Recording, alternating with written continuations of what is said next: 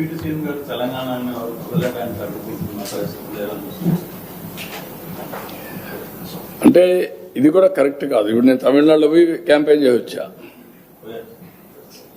తమిళనాడుకు శివకుమార్ కూడా వచ్చాడు. ఆల్ ఇండియా లీడర్సే కాకుండా అందరూ వచ్చారు. అక్కడ కాంగ్రెస్ పార్టీ ఉంది, బీఆర్ఎస్ పార్టీ ఉంది. బీఆర్ఎస్ మొన్నటి నేషనల్ పార్టీ ఆంధ్రలో కూడా యూనిట్ పెట్టారు. ఎందుకు మాట్లాడతారో నాకైతే అర్థం కావడం లేదు. వీళ్ళు కరెక్ట్ కాదు. ఏదైనా సరే కొన్ని ప్రజాస్వామ్యంలో అమెరికాలో తెలుగు వాళ్ళు సెనేటర్స్ అవుతున్నారు, ప్రపంచం అన్ని దేశాల్లో అవుతున్నారు, ఒక అమెరికాలో కాదు. ఎవడైతే బెటర్ సర్వీస్ చేస్తారో వాళ్ళు ఆటోమేటిక్గా అవుతున్నారు. ఆస్ట్రేలియాలో అవుతున్నారు, యూరోప్లో అవుతున్నారు, అక్కడుండే రాజ్యాంగ ప్రకారం లండన్లో అవుతున్నారు.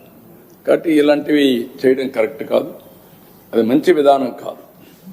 పోటీ పడవలసింది ప్రజా చైతన్యంలో పోటీ పడాలి, ప్రజలకు మెరుగైన సేవలు అందించాలి, వాళ్ళని ఎంపవర్ చేయాలి. ఇలాంటివి మాట్లాడి లేనిపోని ఐ కెన్ సే అనవసరంగా ప్రజల్ని విద్వేషం కూడా అన్నాను. విద్వేషాలు కూడా వీళ్ళు అనుకుంటేనే అయిపో.